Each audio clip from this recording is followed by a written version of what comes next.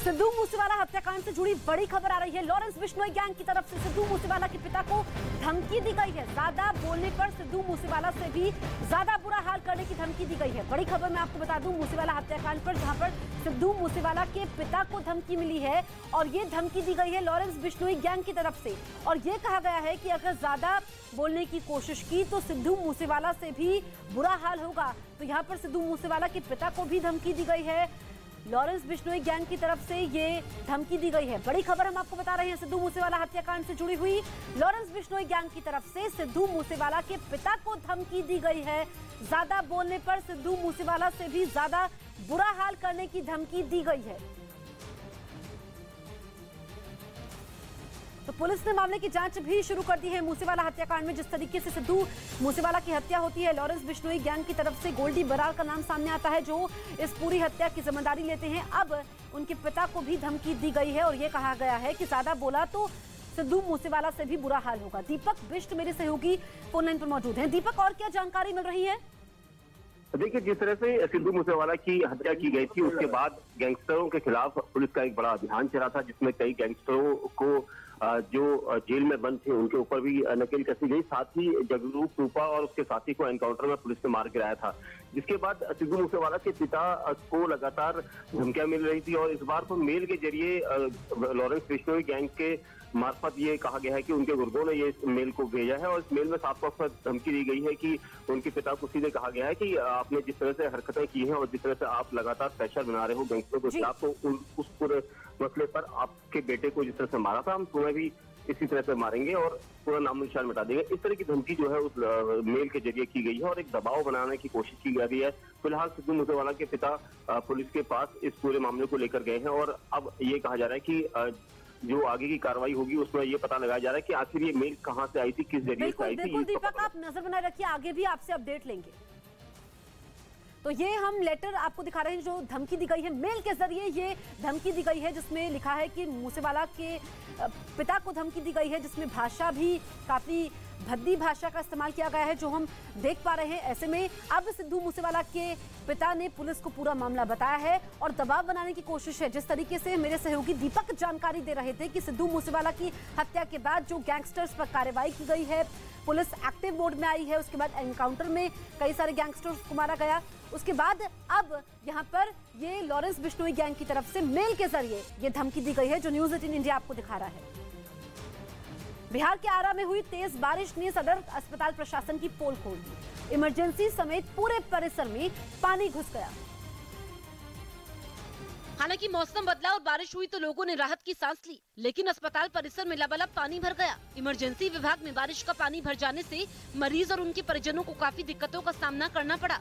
वहीं इमरजेंसी विभाग के ट्रायल्स कक्ष में बारिश का पानी भर जाने से स्वास्थ्य कर्मियों के सामने भी मुश्किल खड़ी हो गई। परिसर में रखा सामान पूरी तरह बर्बाद हो गया। देखते ही देखते डॉक्टर रूम समेत मरीजों के कमरे में भी पानी भर गया, जिसके कारण काफी देर तक डॉक्टर से लेकर मरीज और उनके परिजन हलकान रहे। सदर अस्पताल की तमाम व्यवस्थाओं की पोल खोलकर रख दी। पानी भर जाने के कारण इलाज का काम ठप हो गया। खबर है कि थाईलैंड की एक यूट्यूबर लोगों के करीब 400 करोड़ रुपए ऐंठ कर फरार हो गई। नथवन खोंचक नाम की ये यूट्यूबर पर आरोप है कि उन्होंने अपने सब्सक्राइबर से अच्छी खासी रकम इन्वेस्ट करवाई और ये दावा किया कि वो उस रकम को 6 महीने में 30% बढ़ाकर उन्हें लौटा देंगी। और लोग इस मशहूर यूट्यूबर नथवन खोंचक के झांसे में आ भी गए, क्योंकि बताया जा रहा है कि इस यूट्यूबर ने अपने रहन सहन से लोगों को इस कदर प्रभावित कर दिया था कि उन्हें यह विश्वास हो गया कि उनका पैसा नहीं डूबेगा। लेकिन हुआ इसके उलट। नथवन खोंचक के सब्सक्राइबरों को झटका तब लगा जब अचानक इस यूट्यूबर के सभी अकाउंट ब्लॉक हो गए, जिसके बाद लोगों ने पुलिस से शिकायत की, जिससे पता चला कि नथवन खोंचक लोगों के $55 मिलियन यानी कि भारतीय रुपयों में करीब 400 करोड़ रुपए लेकर गायब हो चुकी हैं। और उन्होंने अच्छा रिटर्न देने के नाम पर केवल लोगों की आंखों में धूल झोंकी। बताया गया कि इस बात की जानकारी मिलते ही 100 से ज्यादा लोग पुलिस के पास शिकायत लेकर पहुंच गए, जिसके बाद थाईलैंड पुलिस ने पिछले हफ्ते नथवन खोंचक के खिलाफ धोखाधड़ी के मामले में अरेस्ट वारंट जारी कर दिया था। कहा जा रहा है कि यूट्यूब पर करीब 8.5 लाख सब्सक्राइबर रखने वाली नथवन खोंचक ने कुछ समय पहले ऐलान किया था कि वो एक इन्वेस्टमेंट कंपनी से जुड़ी हैं और अगर लोग उनके जरिए पैसा इन्वेस्ट करते हैं तो वो उन्हें काफी मुनाफा दिला सकती हैं। उनके इसी जाल में लोग फंस गए और करीब 6000 से ज्यादा लोगों ने उन्हें अच्छा रिटर्न मिलने के लालच में पैसे दे दिए। कहा जा रहा है कि मई में इस यूट्यूबर ने बताया कि जिस ब्रोकर के जरिए वो ये काम कर रही थी, उसके ट्रेडिंग अकाउंट को मार्च से उसने ब्लॉक कर दिया है। लेकिन उन्होंने लोगों को भरोसा दिया कि वो उनका पैसा वापस कर देंगे, लेकिन ऐसा हुआ नहीं।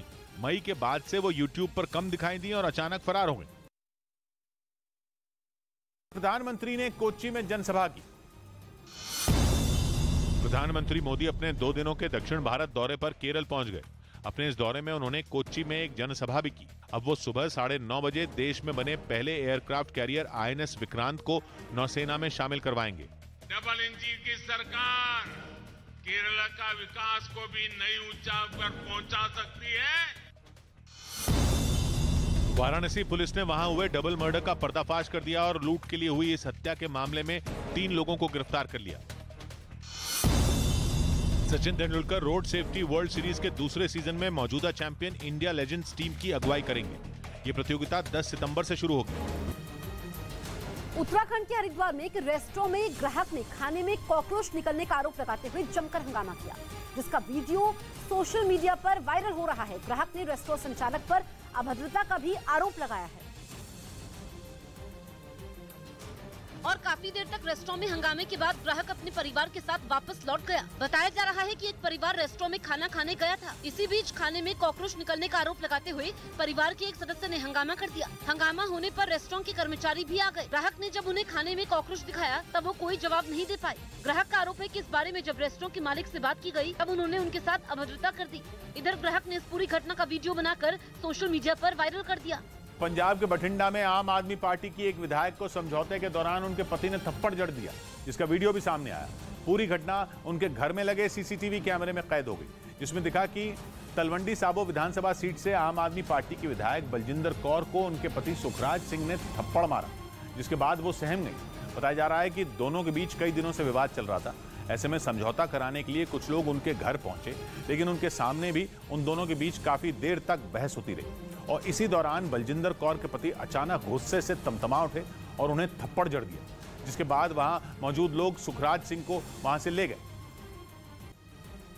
जम्मू कश्मीर में कांग्रेस के 60 नेताओं ने पार्टी की प्राथमिक मेंबरशिप से इस्तीफा दे दिया है। जानकारी ये मिली है कि राजौरी के नौशेरा और सुंदरबनी से कांग्रेस के 60 वरिष्ठ नेताओं ने गुलाम नबी आजाद के समर्थन में पार्टी छोड़ने का ऐलान किया है। तो ये सामूहिक तौर पर इस्तीफा दिया है कांग्रेस के नेताओं ने गुलाम नबी आजाद के समर्थन में, क्योंकि गुलाम नबी आजाद ने जब पार्टी छोड़ी तो ऐलान किया था कि वो पहली यूनिट, अपनी पार्टी की नई यूनिट जम्मू कश्मीर से शुरू करेंगे। उत्तर प्रदेश के वाराणसी में बाबतपुर ओवरब्रिज पर उस वक्त बड़ा हादसा हो गया जब एक तेज रफ्तार कार अनियंत्रित होकर डिवाइडर से टकरा गई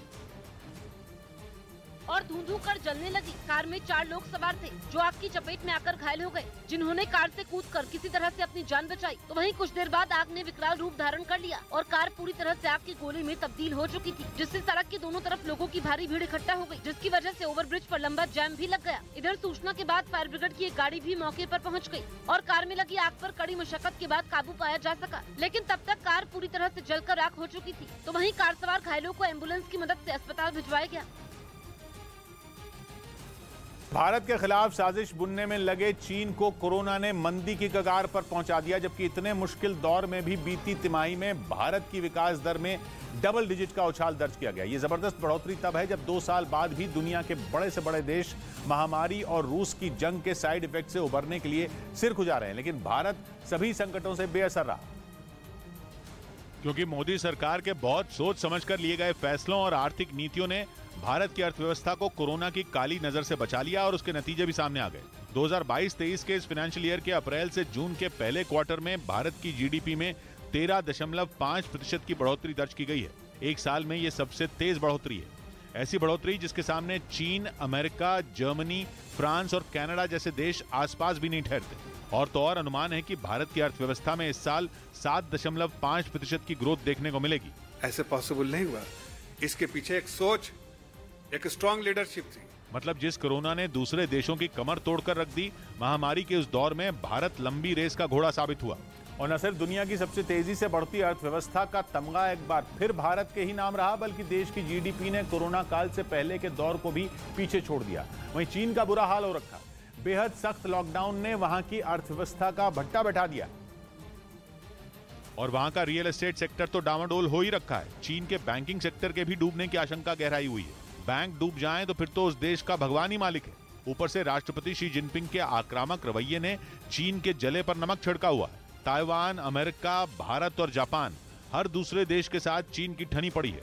ऊपर से अपने ड्रीम प्रोजेक्ट BRI यानी बेल्ट एंड रोड इनिशिएटिव के तहत शी जिनपिंग ने अफ्रीका और एशिया के कई देशों में पानी की तरह पैसा बहाया है, जिनमें पाकिस्तान, श्रीलंका, म्यांमार और केन्या जैसे देश या तो दिवालिया हो चुके हैं या होने के कगार पर हैं।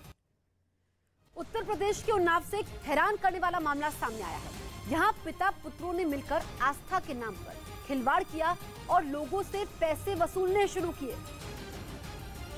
आरोप है कि पिता पुत्रों ने देवी देवताओं की मूर्तियां ऑनलाइन मंगवाई और उन्हें अपने खेत में दबा दिया और फिर बाद में कुछ लोगों के सामने खेत की खुदाई करने लगे। मूर्तियां निकाली और लोगों को बताया कि ये 500 साल पुरानी है, जिसके बाद देखते ही देखते गांव और आसपास के लोग खेत पर पहुंचने लगे और पूजा पाठ करने लगे। फल फूल के साथ ही चढ़ावा चढ़ाया। 2 दिन में 35,000 का चढ़ावा चढ़ गया। उधर मूर्ति निकलने की बात सुनकर सरकारी अमला भी मौके पर पहुंच गया। जब मामले की तफ्तीश शुरू की गई तो परत दर परत खुलकर सामने आ गई। खेत से मिली मूर्तियां 169 रुपए में ऑनलाइन मंगवाई गई थी। ऑनलाइन मंगाया है ये, जले वाले नहीं है, ऑनलाइन मंगाया है। ये देख लो, ये गोरेलाल ने डिलीवर किया है। फिलहाल पुलिस ने आरोपी पिता और दोनों पुत्रों को गिरफ्तार कर जेल भेज दिया है। गणेश उत्सव के दूसरे दिन मुंबई में महाराष्ट्र के मुख्यमंत्री एकनाथ शिंदे अंबानी परिवार के घर गणपति दर्शन के लिए पहुंचे। इस दौरान उनके साथ डिप्टी सीएम देवेंद्र फडणवीस और उनकी पत्नी अमृता फडणवीस भी नजर आईं। एकनाथ शिंदे और देवेंद्र फडणवीस के गणपति दर्शन करने के बाद खुद रिलायंस इंडस्ट्रीज के चेयरमैन मुकेश अंबानी उन्हें विदा करने के लिए नीचे तक आए। इस दौरान दोनों ने हाथ जोड़कर एक दूसरे का अभिवादन किया।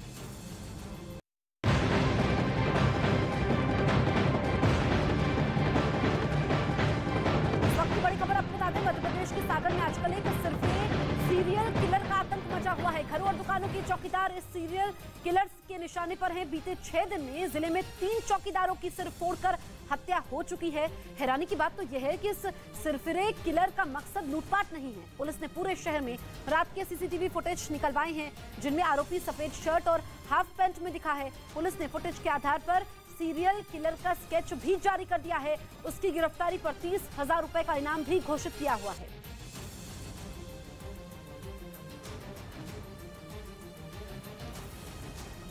उत्तर प्रदेश के कन्नौज से एक हैरान करने वाला वीडियो सामने आया है।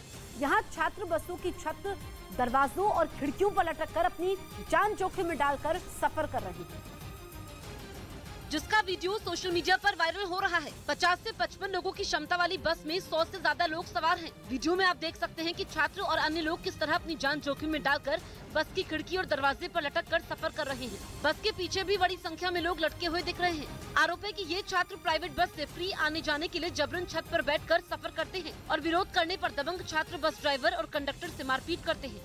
संज्ञान में लाया गया है और जो हमारे ARTO हैं और जो वहाँ के हमारे SHO हैं, CO हैं, मैं उनसे अभी कह के उसको अभी चेक कराता हूँ।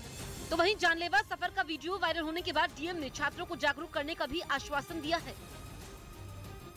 आज भारतीय नौसेना के लिए बड़ा दिन है। समुद्र में नौसेना की ताकत को कई गुना बढ़ा देने वाला पहला स्वदेशी एयरक्राफ्ट कैरियर INS विक्रांत मिल जाएगा। कोच्चि में कोचिन शिपयार्ड लिमिटेड में पीएम मोदी आज इस विमानवाहक पोत को नौसेना को सौंपेंगे। INS विक्रांत भारत में बना सबसे बड़ा युद्धपोत है। नौसेना में इस कैरियर के शामिल होने के साथ ही भारत उन चुनिंदा देशों की लिस्ट में भी शामिल हो जाएगा जिनके पास खुद विमानवाहक पोत बनाने की क्षमता है। तो कोचिन शिपयार्ड में बने देश के पहले स्वदेशी एयरक्राफ्ट कैरियर INS विक्रांत की कुछ खासियत के बारे में हम आपको बता रहे हैं। 32 ट्यूब वाले 2 वर्टिकल इसमें स्लाइड से एक एडवांस मिसाइल सिस्टम भी है। ये INS विक्रांत की ताकत है। तो कोचिन शिपयार्ड में बने देश के पहले स्वदेशी एयरक्राफ्ट कैरियर INS विक्रांत की कुछ खासियत आपको बताते हैं। INS विक्रांत की लंबाई 262 मीटर और इसकी चौड़ाई करीब 62 मीटर है। तो वहीं ये 59 मीटर ऊंचा है, यानी इसकी ऊंचाई करीब 8 मंजिला इमारत के बराबर है।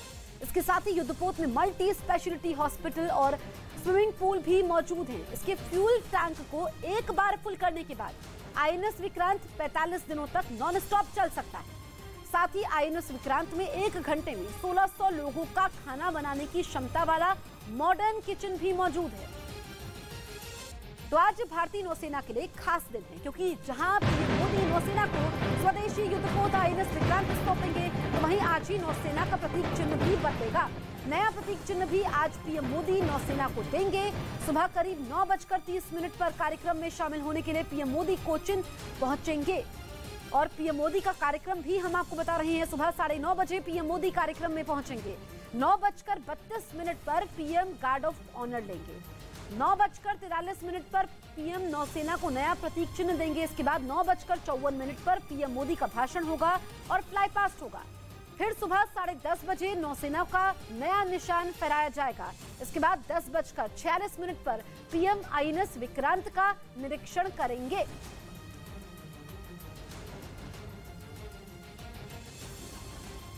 बढ़ते हैं आगे। सोनाली फोगाट मर्डर मिस्ट्री में हर दिन नए दावे सामने आए। सोनाली फोगाट के साथ काम करने वाले उनके पुराने राजदार राजेश बिश्नोई ने अब बड़ा दावा किया है। न्यूज़ 18 से बातचीत में राजेश बिश्नोई ने सोनाली की हत्या के आरोपी सुधीर सांगवान पर बड़ा दावा किया है। राजेश का दावा है कि 2019 का लोकसभा चुनाव सोनाली फोगाट को साजिश के तहत हरवाया गया था और इसके पीछे सुधीर सांगवान का हाथ था।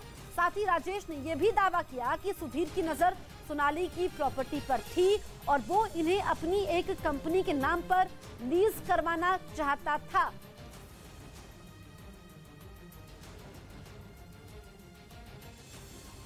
सोनाली फोगाट मर्डर मिस्ट्री की जांच करने के लिए गोवा पुलिस इन दिनों हिसार में है और हिसार में सुधीर सांगवान जो इस केस का मुख्य आरोपी है, उसके बारे में कोई शख्स अगर जानता है तो वो है राजेश बिश्नोई।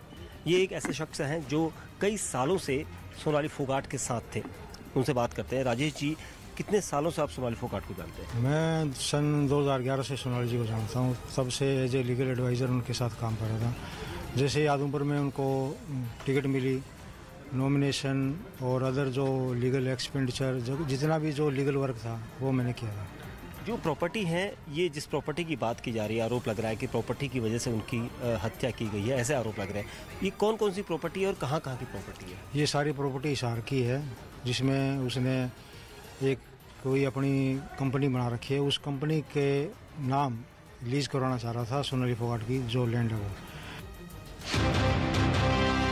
चैनल जो है आपके भरोसे पर खरा उतरने में नंबर 1 सच की राह पर चलने में, आपके लिए लड़ने में नंबर 1 आपकी आवाज बनने में, जिसके पास है एंकर की टीम नंबर 1, जो है राजनीति के खेल से लेकर खेल की कवरेज में नंबर 1, आज तक को पछाड़ अब है देश का नंबर 1 न्यूज चैनल। तो देखते रहिए न्यूज़ 18 इंडिया। पहली बार चीन के ड्रोन पर हमला किया। साथ ही चीन को अपने तेवर दिखाते हुए ये भी कह दिया कि अगर फिर ऐसा हुआ तो अंजाम और भी बुरा हो सकता है। इसके साथ ही ताइवान लगातार जंग की तैयारियों में भी जुटा हुआ है। ताइवान की तरफ से भी सैन्य अभ्यास के वीडियो जारी किए जा रहे हैं। ऐसे वीडियो के जरिए ताइवान चीन को ये बता रहा है कि वो उसके किसी भी हमले का जवाब देने के लिए तैयार है और इसके लिए उसकी सेना दिन रात अभ्यास कर रही है। ताइवान ने अपनी वायुसेना की ड्रिल दिखाते हुए एक और वीडियो जारी किया, जिसमें उसकी वायुसेना के विमानों ने सेना की गाड़ियों को एक इलाके में उतारने का अभ्यास किया। जंग छिड़ने पर विमानों की मदद से इन गाड़ियों को ऐसी जगह पहुंचाया जाता है जहां ये सड़क के रास्ते नहीं पहुंच पाती। इसके साथ ही ताइवान के लड़ाकू हेलीकॉप्टर भी दुश्मन को जवाब देने के लिए अपनी तैयारी को धार दे रहे हैं। एक रोज पहले ही ताइवान ने अपने बेहद खतरनाक हथियारों के साथ मिलिट्री ड्रिल की थी, जिसका वीडियो भी जारी किया गया। इस अभ्यास में उसके कई जंगी हेलीकॉप्टर टारगेट पर हमला करते दिखाई दिए। ताइवान की इस मिलिट्री ड्रिल में पहाड़ी इलाके में सेट किए गए टारगेट को अमेरिका से मिले अपाचे हेलीकॉप्टरों से तबाह कर दिया गया। और इतना ही नहीं, चीन के ड्रोन पर हमला करके उसे अपनी सीमा से खदेड़ने के बाद ताइवान के तेवर और भी सख्त हो गए। वो अब चीन को सीधे सीधे चेतावनी दे रहा है कि अगर उसकी सेना ताइवान की सीमा के पास भी आई तो वो बचकर जा नहीं पाएगी, क्योंकि अब उसने चीन पर पलटवार की पूरी तैयारी कर ली है। ताइवान ने दावा किया कि अगर चीन ने उकसाने वाली हरकतें बंद नहीं की तो जंग छिड़नी तय है। ताइवान के मुताबिक उसे अपनी सीमाओं की रक्षा का पूरा हक है, जबकि चीन उसे कमजोर समझकर लगातार उसकी सीमा के आसपास अपने जंगी जहाज और लड़ाकू विमान भेजकर उसे डरा रहा है। लेकिन ताइवान ने यह साफ कर दिया कि वो चीन से डरने वाला नहीं है। साथ ही उसने ये दावा भी किया कि ताइवान स्ट्रेट पर कब्जे की चीन की किसी भी कोशिश को नाकाम कर दिया जाएगा। मतलब ये कि 1 महीने से चीन की दादागिरी का सामना कर रहे ताइवान ने अब पूरी तरह उसके खिलाफ मोर्चा खोल दिया है, क्योंकि 2 अगस्त को नैन्सी पेलोसी के दौरे के बाद से ही चीन ताइवान को अपनी सेना का खौफ दिखा रहा है और इसी वजह से दोनों देशों के बीच तनाव बढ़ता जा रहा है। लेकिन अब ताइवान ने जो रुख दिखाया उससे दक्षिण चीन सागर में कभी भी जंग भड़क सकती है, क्योंकि चीन उसे अपने सामने कुछ भी नहीं समझता। साथ ही चीन को अपने तेवर दिखाते हुए ये भी कह दिया कि अगर फिर ऐसा हुआ तो अंजाम और भी बुरा हो सकता है। यहाँ तक कि ताइवान के मसले में टांग अड़ाने पर अमेरिका को भी चीन ने अंजाम भुगतने की चेतावनी दी थी। लेकिन अब ऐसा लग रहा है कि जैसे ताइवान के सब्र का बांध टूट रहा है। उसने चीन को धमका दिया कि अगर चीन का जंगी जहाज या फिर लड़ाकू विमान उसकी सीमा के 22 किलोमीटर अंदर तक घुसा तो वो ढेर कर दिया जाएगा। ताइवान ने दावा किया कि उसकी सेना को घुसपैठ होने पर हमला करने का आदेश दिया जा चुका है और ये आदेश 2 रोज पहले खुद वहां की राष्ट्रपति ने दिया। बताया गया कि उन्होंने चीन के खिलाफ बेहद सख्त रुख दिखाया और अपनी सेना को खुली छूट दे दी कि वो जोरदार पलटवार करे। और इसी के बाद ताइवान की सेना ने चीन के एक ड्रोन पर ताबड़तोड़ फायरिंग कर दी। ताइवान ने दावा किया कि 2 रोज पहले चीन ने अपने एक ड्रोन को किनमिन द्वीप पर भेजा, जिस पर उसका अधिकार है और वहां उसकी सेना भी तैनात है। ताइवान के मुताबिक कई दिनों से चीन के ड्रोन द्वीप पर तैनात उसकी सेना की जानकारी जुटाने के लिए चक्कर काट रहे थे, लेकिन मंगलवार को जैसे ही एक ड्रोन किनमिन द्वीप के करीब पहुंचा, ताइवान के सैनिकों ने उस पर ताबड़तोड़ गोलियां बरसा दी। ताइवान ने दावा किया कि उसके सैनिकों का हमला होते ही चीन का ड्रोन वहां से भाग गया। इस बीच खबर है कि अमेरिका को जवाब देने के लिए चीन ने ताइवान स्ट्रेट में भारी भरकम फौज उतार दी। कुछ दिनों पहले ही अमेरिका ने परमाणु हथियारों से लैस 2 जंगी जहाज ताइवान स्ट्रेट में भेजे थे और ताइवान ने दावा किया कि उसी का जवाब देने के लिए चीन ने बड़ी संख्या में युद्धपोत और फाइटर जेट ताइवान स्ट्रेट में भेज दिए। दावा किया गया कि अपनी इस फौज के जरिए चीन एक बार फिर ताइवान को चारों तरफ से घेरने की तैयारी कर रहा है, ताकि अमेरिका को यह जवाब दिया जा सके कि चीन से भिड़ना उसके लिए भारी पड़ेगा। ताइवान के मुताबिक चीन ने इस बार 62 लड़ाकू विमान और 7 जंगी जहाज ताइवान स्ट्रेट में घेरेबंदी के लिए भेजे हैं, जिनमें 15 फाइटर जेट ताइवान की समुद्री सीमा में भी घुसे। और कहा जा रहा है कि चीन घेर तो ताइवान को रहा है, लेकिन उसके निशाने पर अमेरिका है। वो ताइवान स्ट्रेट में ऐसी किलेबंदी करने में जुटा है कि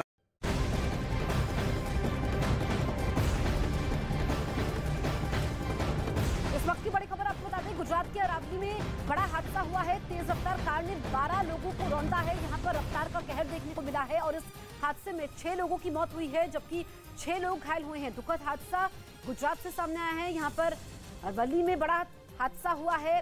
कार अनियंत्रित हो जाती है, रफ्तार काफी ज्यादा तेज थी और ऐसे में 12 लोगों को रौंद देती है। इस हादसे में 6 लोगों की मौत हो गई है, जबकि 6 लोग घायल हैं, जिनको इलाज के लिए अस्पताल में ले जाया गया है। हादसा काफी भीषण था। तस्वीरें भी हम आपको नहीं दिखा सकते हैं, क्योंकि ये तस्वीरें जिसमें जो हताहत हुए हैं, जिन लोगों की मौत हुई है, काफी बुरी उनकी स्थिति थी। ऐसे में अब यहाँ पर चालक को पकड़ने की कोशिश है।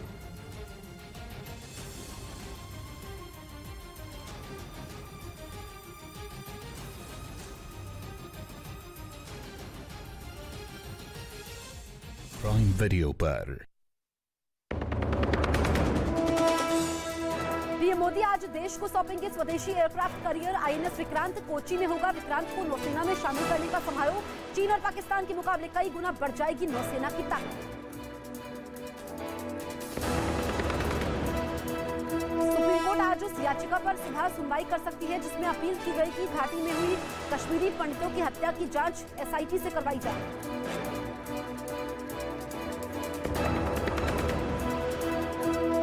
रडार पर बाहुबली पूर्व सांसद Atiq Ahmed money laundering case के तहत प्रयागराज में बेनामी संपत्तियों को जब्त करने की तैयारी।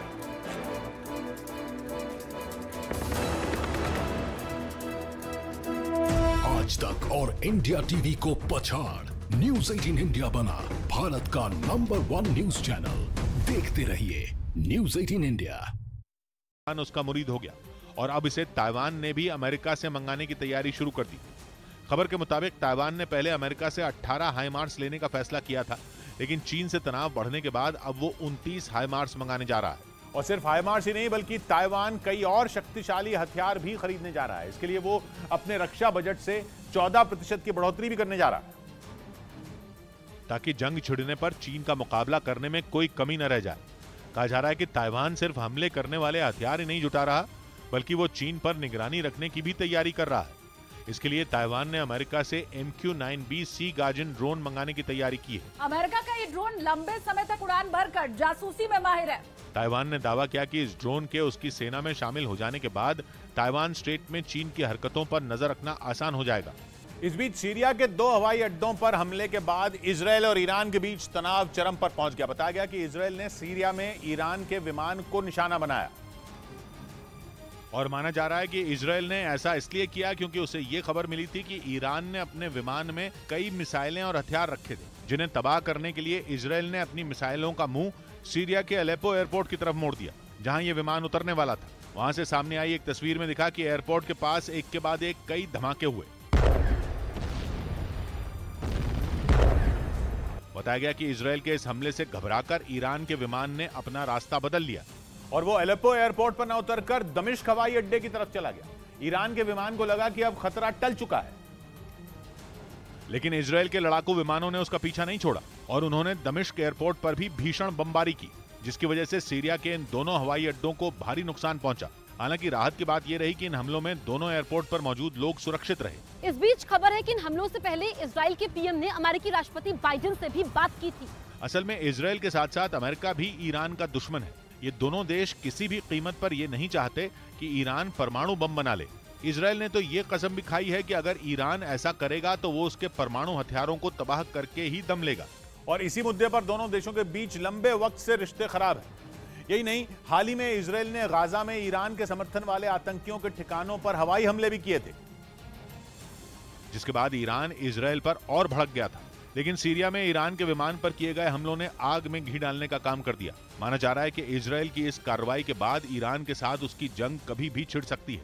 असल में ईरान के परमाणु कार्यक्रम की वजह से इजरायल उसका सबसे बड़ा दुश्मन बन गया है। इजरायल को डर है कि अगर ईरान ने अपना मिशन पूरा कर लिया तो उसकी सुरक्षा खतरे में पड़ सकती है। दावा है कि सेंट्रल ईरान के एक इलाके में जमीन के नीचे बनाई गई खुफिया न्यूक्लियर साइट में परमाणु बम बनाने पर काम हो रहा है और ईरान कभी भी परमाणु बम बना सकता है। उधर खबर है कि युद्ध में पहली बार यूक्रेन ने अमेरिका के MiG-29 फाइटर जेट से रूस पर मिसाइल हमले किए। यह दावा यूरेशियन टाइम्स नाम की वेबसाइट ने किया, जिसके सबूत के तौर पर उसने यूक्रेन के पायलट का एक वीडियो जारी किया, जिसमें वो अमेरिका के MiG-29 विमान में बैठता दिखा। फाइटर जेट ने उड़ान भरने के लिए कुछ ही सेकंड बाद रूसी ठिकाने पर खतरनाक AGM-88 हार्म मिसाइल से हमला बोल दिया, जिसका वीडियो ट्वीट करते हुए यूक्रेन के पायलट ने अपने साथी को याद किया। वीडियो में उसने उस दोस्त का जिक्र किया जो रूस से लोहा लेते हुए शहीद हो गया था।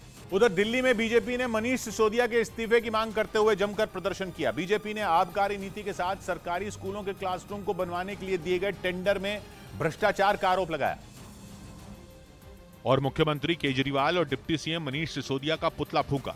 बीजेपी कार्यकर्ताओं ने विधानसभा के गेट के बाहर हंगामा करते हुए जमकर नारेबाजी की।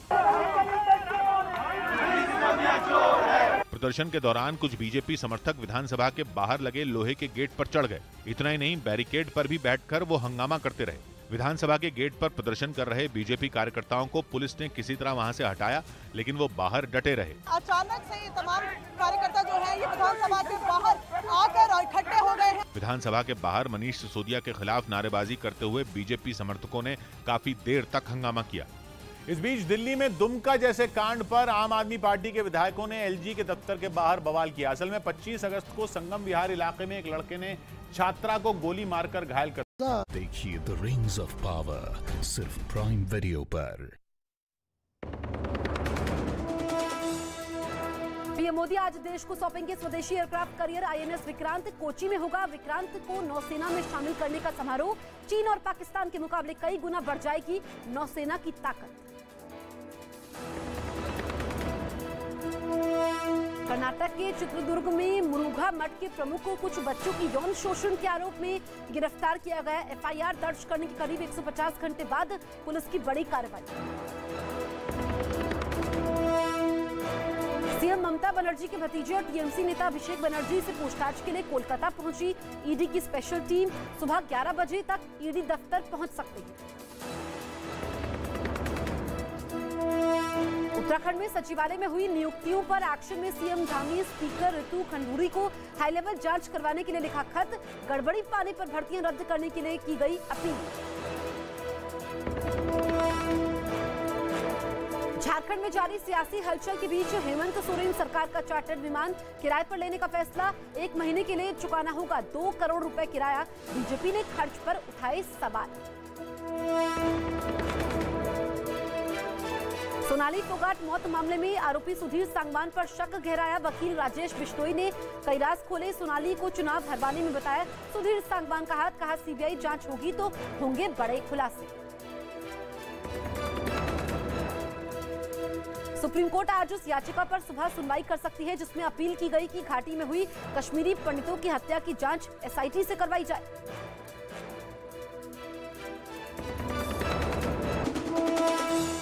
ईडी के रडार पर बाहुबली पूर्व सांसद Atiq Ahmed. Money laundering case के तहत प्रयागराज में बेनामी संपत्तियों को जब्त करने की तैयारी।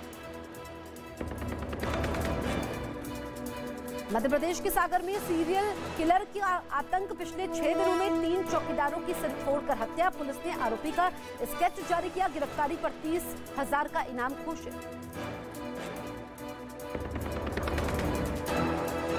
न्यूज 18 इंडिया लगातार बना हुआ है देश का नंबर 1 न्यूज चैनल। काफी पीछे छूटा आज तक और इंडिया टीवी। दर्शकों ने खबरों के लिए न्यूज 18 इंडिया पर जताया भरोसा। आज तक को पछाड़, अब है देश का नंबर 1 न्यूज चैनल। तो देखते रहिए न्यूज 18 इंडिया।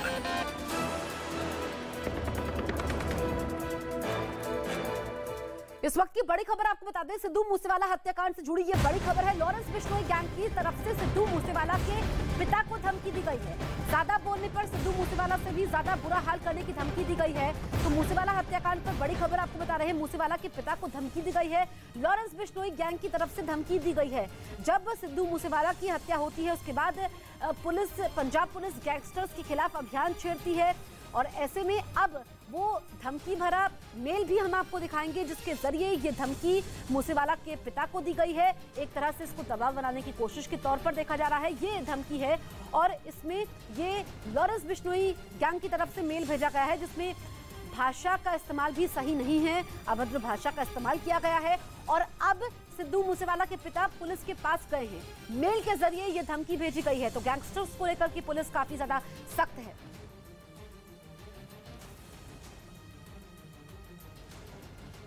आज भारतीय नौसेना के लिए बड़ा दिन है। समुद्र में नौसेना की ताकत को कई गुना बढ़ा देने वाला पहला स्वदेशी एयरक्राफ्ट कैरियर आईएनएस विक्रांत मिल जाएगा। कोची में कोचिन शिपयार्ड लिमिटेड में पीएम मोदी आज इस विमानवाहक पोत को नौसेना को सौंपेंगे। आईएनएस विक्रांत भारत में बना सबसे बड़ा युद्धपोत है। नौसेना में इस कैरियर के शामिल होने के साथ ही भारत उन चुनिंदा देशों की लिस्ट में भी शामिल हो जाएगा जिनके पास खुद विमानवाहक पोत बनाने की क्षमता भी है। तो पीएम मोदी देश को सौंपेंगे ये स्वदेशी विमानवाहक पोत एयरक्राफ्ट कैरियर, यानी कि समुद्र का महाबली, समुद्र की शान, भारत की पहचान, क्योंकि देश में बना पहला इतना बड़ा एयरक्राफ्ट कैरियर है ये। और 9:30 बजे पीएम मोदी इसे वायुसेना को समर्पित करेंगे। तो पहला स्वदेशी एयरक्राफ्ट कैरियर है। 32 ट्यूब वाले 2 वर्टिकल लॉन्चिंग सिस्टम है। इसकी खासियत के बारे में हम आपको बता रहे हैं। दरअसल इस आईएनएस विक्रांत में एक एडवांस मिसाइल भी है, फायरिंग सिस्टम है। इसके अलावा 64 बराक 8 मिसाइलें दागने में सक्षम है, यानी कि चलता फिरता एयरफोर्स स्टेशन है। सरफेस टू एयर मिसाइल से लैस, लंबी दूरी की मिसाइल से लैस है।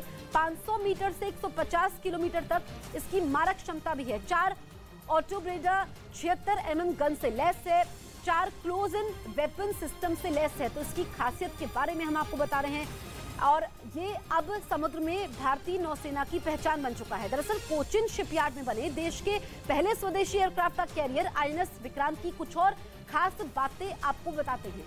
आईएनएस विक्रांत की लंबाई 262 मीटर और इसकी चौड़ाई करीब 62 मीटर है। तो वहीं ये 59 मीटर ऊंचा है, यानी इसकी ऊंचाई करीब 8 मंजिला इमारत के बराबर है। इसके साथ ही युद्धपोत में मल्टी स्पेशलिटी हॉस्पिटल और स्विमिंग पूल मौजूद है।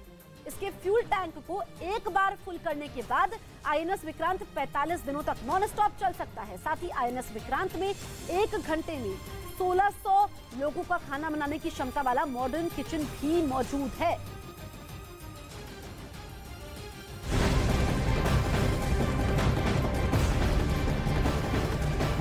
तो आज भारतीय नौसेना के लिए बहुत बड़ा दिन है क्योंकि जहां पीएम मोदी नौसेना को स्वदेशी युद्धपोत INS विक्रांत सौंपेंगे, तो वहीं आज ही नौसेना का प्रतीक चिन्ह भी बदलेगा। नया प्रतीक चिन्ह भी आज पीएम मोदी नौसेना को देंगे। सुबह करीब 9:30 पर कार्यक्रम में शामिल होने के लिए पीएम मोदी कोचिन पहुंचेंगे।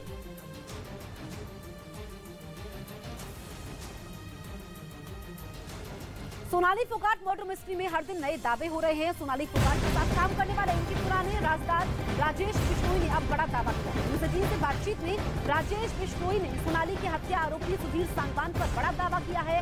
राजेश का दावा है कि 2019 का लोकसभा चुनाव सोनाली फोगाट को साजिश के तहत हरवाया गया था और इसके पीछे सुधीर सांगवान का हाथ था। साथ ही राजेश ने यह भी दावा किया है कि सुधीर की नजर सोनाली की प्रॉपर्टी पर थी और वो इन्हें अपनी एक कंपनी के नाम पर लीज करवाना चाहता था। सोनाली फोगाट मर्डर मिस्ट्री की जांच करने के लिए गोवा पुलिस इन दिनों हिसार में है और हिसार में सुधीर सांगवान जो इस केस का मुख्य आरोपी है, उसके बारे में कोई शख्स अगर जानता है तो वो है राजेश बिश्नोई। ये एक ऐसे शख्स हैं जो कई सालों से सोनाली फोगाट के साथ थे। उनसे बात करते हैं। राजेश जी, कितने सालों से आप सोनाली फोगाट को जानते हैं? मैं सन 2011 से सोनाली जी को जानता हूँ। तब से एज ए लीगल एडवाइज़र उनके साथ काम कर रहा था। जैसे ही आदमपुर में उनको टिकट मिली, नॉमिनेशन और अदर जो लीगल एक्सपेंडिचर, जितना भी जो लीगल वर्क था वो मैंने किया था। जो प्रॉपर्टी है, ये जिस प्रॉपर्टी की बात की जा रही है, आरोप लग रहा है कि प्रॉपर्टी की वजह से उनकी हत्या की गई है, ऐसे आरोप लग रहे हैं। ये कौन कौन सी प्रॉपर्टी है और कहाँ कहाँ की प्रॉपर्टी है? ये सारी प्रॉपर्टी हिसार की है, जिसमें उसने एक कोई अपनी कंपनी बना रखी है। उस कंपनी के नाम लीज करवाना चाह रहा था सोनाली फोगाट की जो लैंड है वो। सोनाली फोगाट मामले में अब पुलिस उनके बैंक खातों की डिटेल खंगाल रही है। सूत्रों के मुताबिक गोवा पुलिस सोनाली फोगाट के बैंक खातों की डिटेल निकालने के लिए कई बैंकों में गई है। गोवा पुलिस सोनाली फोगाट के बैंक खातों से कितने ट्रांजैक्शन हुए हैं, इसका खाका तैयार कर रही है ताकि पता लग पाए कि उन बैंक खातों से कितनी रकम कब कब निकाली गई थी। ये पैसा आरोपी सुधीर ने निकलवाया था या खुद सोनाली भी उनके साथ गई थी। तो खाते के लेन देन की जांच अब गोवा पुलिस कर रही है। जो तमाम खाते हैं सोनाली फोगाट के वो खंगाले जा रहे हैं। इसके जरिए ये पता लगाने की कोशिश हो रही है कि जो खातों से पैसे निकाले गए हैं, क्या वो सुधीर सांगवान ने अकेले निकाले थे या जब ये लेन देन हुआ था तो उनके साथ सोनाली फोगाट भी मौजूद थी। सोनाली फोगाट हत्याकांड में यह दावा किया गया कि सुधीर सांगवान ने प्रॉपर्टी के लालच में उनकी हत्या की साजिश रची थी। मतलब यह कि हत्याकांड की गुत्थी सुलझने की बजाय उलझती जा रही है। घर वालों का आरोप है कि सुधीर की नजर सोनाली के फार्म हाउस पर थी, जिसे वो किसी भी सूरत में हथियाना चाहता था। घर वालों का दावा है कि सुधीर सांगवान के मंसूबों की भनक सोनाली को लग चुकी थी और इसीलिए सुधीर ने अपने दोस्त सुखविंदर के साथ मिलकर सोनाली की हत्या कर दी। असल में हरियाणा के हिसार में सोनाली फोगाट का 6.5 एकड़ में फैला फार्म हाउस है, जिसकी कीमत 40 करोड़ से ज्यादा है और आरोप है कि इस फार्म हाउस को सुधीर हर हाल में हड़पने में जुटा था। देख सकते हैं कितने अच्छे हट यहाँ पर बनाए गए हैं और इन्हीं हट का लालच और इस प्रॉपर्टी का लालच सुधीर सांगवान को था। परिवार का आरोप है कि सुधीर सिर्फ 5,000 रुपए महीना देकर 20 साल के लिए फार्म हाउस को लीज पर लेना चाहता था। इसके लिए उसने बाकायदा कागजात भी तैयार करवा लिए थे। आरोप ये भी है कि सुधीर लगातार सोनाली पर इस फार्म हाउस को कानूनी तौर पर उसके नाम करने के लिए दबाव बना रहा था। लेकिन खबर है कि उसके लाख दबाव डालने के बाद भी सोनाली ने इन दस्तावेजों पर दस्तखत करने के लिए हामी नहीं भरी, जिसकी वजह से सुधीर का फार्म हाउस पर कब्जा जमाने का सपना अधूरा रह गया। और सुधीर की इस साजिश का पता तब चला जब परिवार के लोगों ने हिसार तहसील से सोनाली के नाम पर दर्ज प्रॉपर्टी के रिकॉर्ड खंगालने शुरू किए, लेकिन फार्म हाउस से जुड़े दस्तावेज देखकर उनके होश उड़ गए। और सुधीर सांगवान चाहता था कि इस प्रॉपर्टी पर उसका कब्जा हो जाए और इसीलिए उसने इस पूरे फार्म को भी हथियाने के लिए एक लंबी साजिश रची। बल्कि उसकी नजर हिसार के संतनगर इलाके में मौजूद सोनाली के घर पर भी थी। सुधीर ने गुरुग्राम की एक हाउसिंग सोसाइटी में किराए पर करीब 2.5 महीने पहले एक फ्लैट भी ले रखा था, जिसे खरीदने के लिए वो सोनाली पर दबाव डाल रहा था। सांगवान ने किराए पे लिया था जून में, 1 जून 2022 से, और ये लगभग 2-2.5 महीने हुए उनको यहाँ।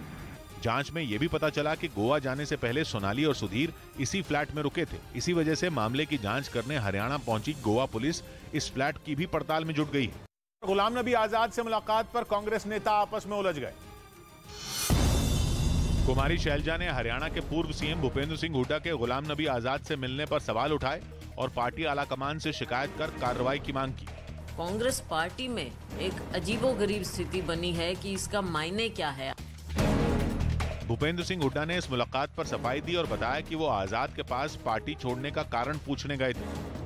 तो आगे ऐसी कोई बात नहीं हुई, कटुता की बात नहीं थी। जम्मू कश्मीर के उधमपुर में भी कांग्रेस से जुड़े 100 से ज्यादा नेताओं ने गुलाम नबी आजाद के समर्थन में पार्टी छोड़ दी।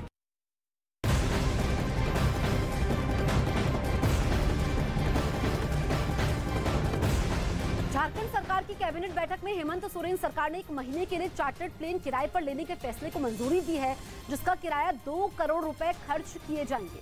हेमंत सोरेन कैबिनेट के इस फैसले पर बीजेपी ने निशाना साधा है, इसे फिजूल खर्ची बताया है, जबकि कांग्रेस ने बीजेपी पर पलटवार किया है। तो कैबिनेट बैठक में फैसले को मंजूरी दी गई है। दरअसल हेमंत सोरेन सरकार ने ये जो चार्टर्ड प्लेन किराए पर लिया है, इसके लिए 1 महीने में 2 करोड़ रुपए सरकार को देने होंगे। इस फिजूल खर्ची इसे बीजेपी ने बताया है और निशाना साधा है हेमंत सोरेन सरकार पर।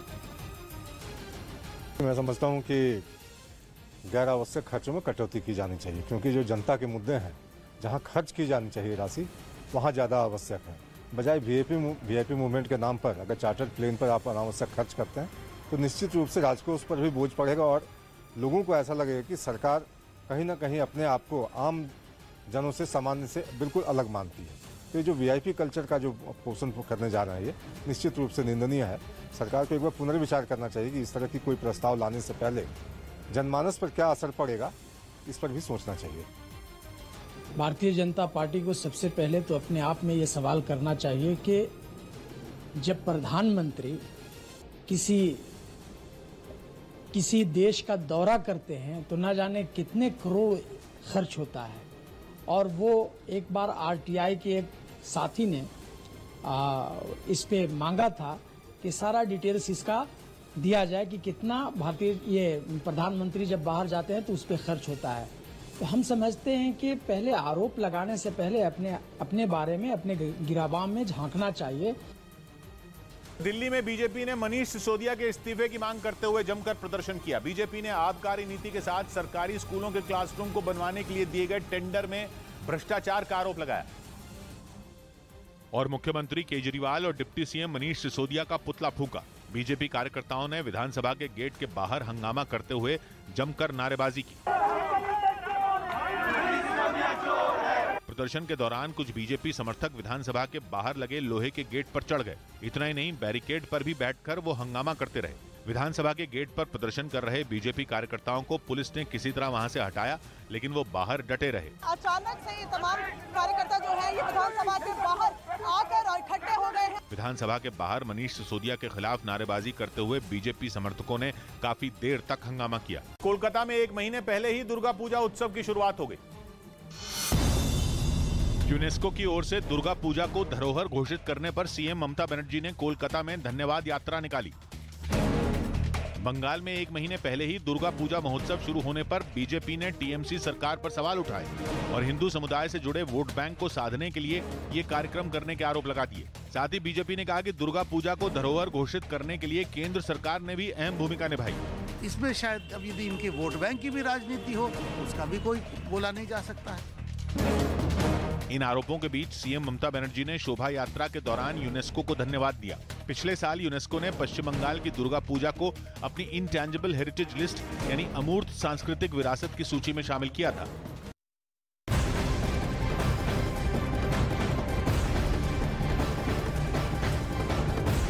वक्त की बड़ी खबर आपको बता दें, कोयला घोटाला मामले की जांच में जुटी ईडी की एक टीम कोलकाता पहुंची है। मामले में टीम आज पश्चिम बंगाल के सीएम ममता बनर्जी के भतीजे अभिषेक से पूछताछ कर सकती है। सुबह 11 बजे अभिषेक बनर्जी की ईडी दफ्तर पहुंचने की संभावना है। तो अभिषेक बनर्जी की यहां पर मुश्किलें बढ़ती हुई नजर आ रही है।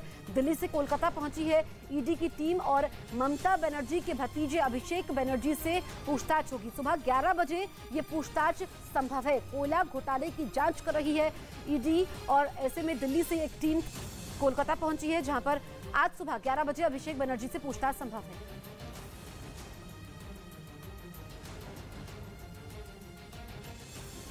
दिल्ली में दुमका जैसे कांड पर आम आदमी पार्टी के विधायकों ने एलजी के दफ्तर के बाहर बवाल किया। असल में 25 अगस्त को संगम विहार इलाके में एक लड़के ने छात्रा को गोली मारकर घायल कर दिया था। आरोप है कि छात्रा के पिता ने इस घटना से पहले कई बार पुलिस से उस लड़के की शिकायत भी की थी, लेकिन पुलिस ने कोई कार्रवाई नहीं की, जिसके विरोध में एलजी दफ्तर के बाहर धरने पर बैठे आम आदमी पार्टी के कई विधायकों को पुलिस जबरदस्ती उठाकर अपने साथ ले गई। बताया गया कि पुलिस ने पहले कई बार उनसे प्रदर्शन खत्म करने की अपील की, लेकिन जब वो नहीं माने तो उन पर एक्शन लिया गया। फिलहाल पुलिस हिरासत में लेकर यहां से निकल रही है। वहां प्रदर्शन कर रहे आम आदमी पार्टी के सभी विधायकों को इसी तरह पुलिस की गाड़ी में बैठाया गया। इस कार्रवाई के बाद दिल्ली के एलजी ने एक ट्वीट कर मुख्यमंत्री अरविंद केजरीवाल पर झूठ की राजनीति करने का आरोप लगाया। इससे पहले छात्रा पर गोली चलाने वाले आरोपी को पुलिस ने गिरफ्तार कर लिया। वहीं वारदात वाले दिन का एक सीसीटीवी वीडियो भी सामने आया, जिसमें गोली मारने के बाद आरोपी अपने दोस्तों के साथ फरार होता दिखा।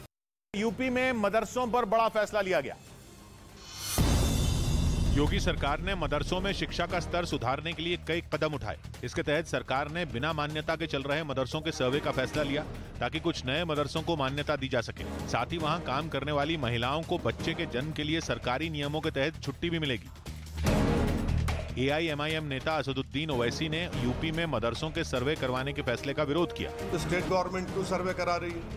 आपको लेना देना क्या है? उत्तर प्रदेश सरकार ने मदरसों के सर्वे के फैसले का बचाव किया और ओवैसी पर राजनीति करने का आरोप लगा दिया। ओवैसी साहब को हमेशा भटकाने वाली राजनीति करना पसंद है।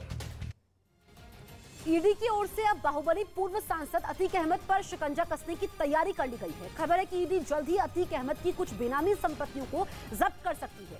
ईडी ने पिछले साल अतीक के खिलाफ मनी लॉन्ड्रिंग का केस दर्ज किया था। अब इसी मामले के तहत ईडी कार्रवाई करने की योजना बना रही है। जानकारी के मुताबिक ईडी ने अतीक की 2 बेनामी संपत्तियों को चिन्हित भी किया है। प्रयागराज की करेली और धूमनगंज इलाके की संपत्तियों के बारे में अतीक का परिवार संतोषजनक जवाब नहीं दे पाया है। ऐसे में ईडी ने अब राजस्व विभाग से इन संपत्तियों के दस्तावेज पेश करने को कहा है। मुंबई में राज ठाकरे की पार्टी MNS का कार्यकर्ता एक महिला को सरेआम थप्पड़ मारता दिखाई दिया। महिला से की गई बदसलूकी का वीडियो सोशल मीडिया पर वायरल हो गया, जिसमें वो महिला को जोरदार थप्पड़ मारता नजर आया। लोगों की भारी भीड़ के बीच वो आदमी महिला को थप्पड़ मारने के बाद उसे तेजी से धक्का देता दिखाई दिया। जैसे उसने महिला को पूरी ताकत से धकेला, वो जमीन पर जा गिरी। इस दौरान वहां मौजूद लोग उसे समझाते रहे, लेकिन वो नहीं माना और लगातार बदसलूकी करता रहा। हालांकि कई बार महिला को धक्का मारने के बाद लोगों के बीच बचाव करने पर वो शांत हो गया। बताया गया कि कमाठीपुरा इलाके में राज ठाकरे की पार्टी के कार्यकर्ता बांस के खंभे लगा रहे थे, लेकिन महिला ने अपनी दुकान के सामने खंभा लगाने का विरोध किया, जिससे नाराज होकर MNS कार्यकर्ता ने महिला से मारपीट और गाली गलौज की। महिला से बदसलूकी का वीडियो सामने आने के बाद पुलिस ने केस दर्ज कर लिया और मामले की जांच में जुट गई। असम में मदरसों पर महाभारत छिड़ गया। AIUDF प्रमुख बदरुद्दीन अजमल ने असम के बंगाई गांव में मदरसे को ढहाने का विरोध किया। अपना विरोध जताने के लिए वो खुद पार्टी नेताओं के साथ वहां पहुंचे। 2 दिन पहले देश विरोधी गतिविधियों का कनेक्शन मिलने के आरोप लगाते हुए इस मदरसे पर यह कार्रवाई की गई थी। 24 स्टाफ में एक आदमी कोई बुरे काम में पाता है तो उसके लिए आप मदरसों को तोड़ देंगे। AIMIM ने भी असम के मदरसे में हुई कार्रवाई पर सरकार को घेरा और पूछा कि वहां पढ़ने वाले बच्चे अब कहां जाएंगे। असम के CM ने साफ किया कि राज्य सरकार मदरसों के खिलाफ नहीं है, लेकिन अगर वहां से गैर कानूनी गतिविधियां चलेंगी तो उन पर सख्त कार्रवाई होगी। Our only intention is to see that madrasas are not used by any jihadi element.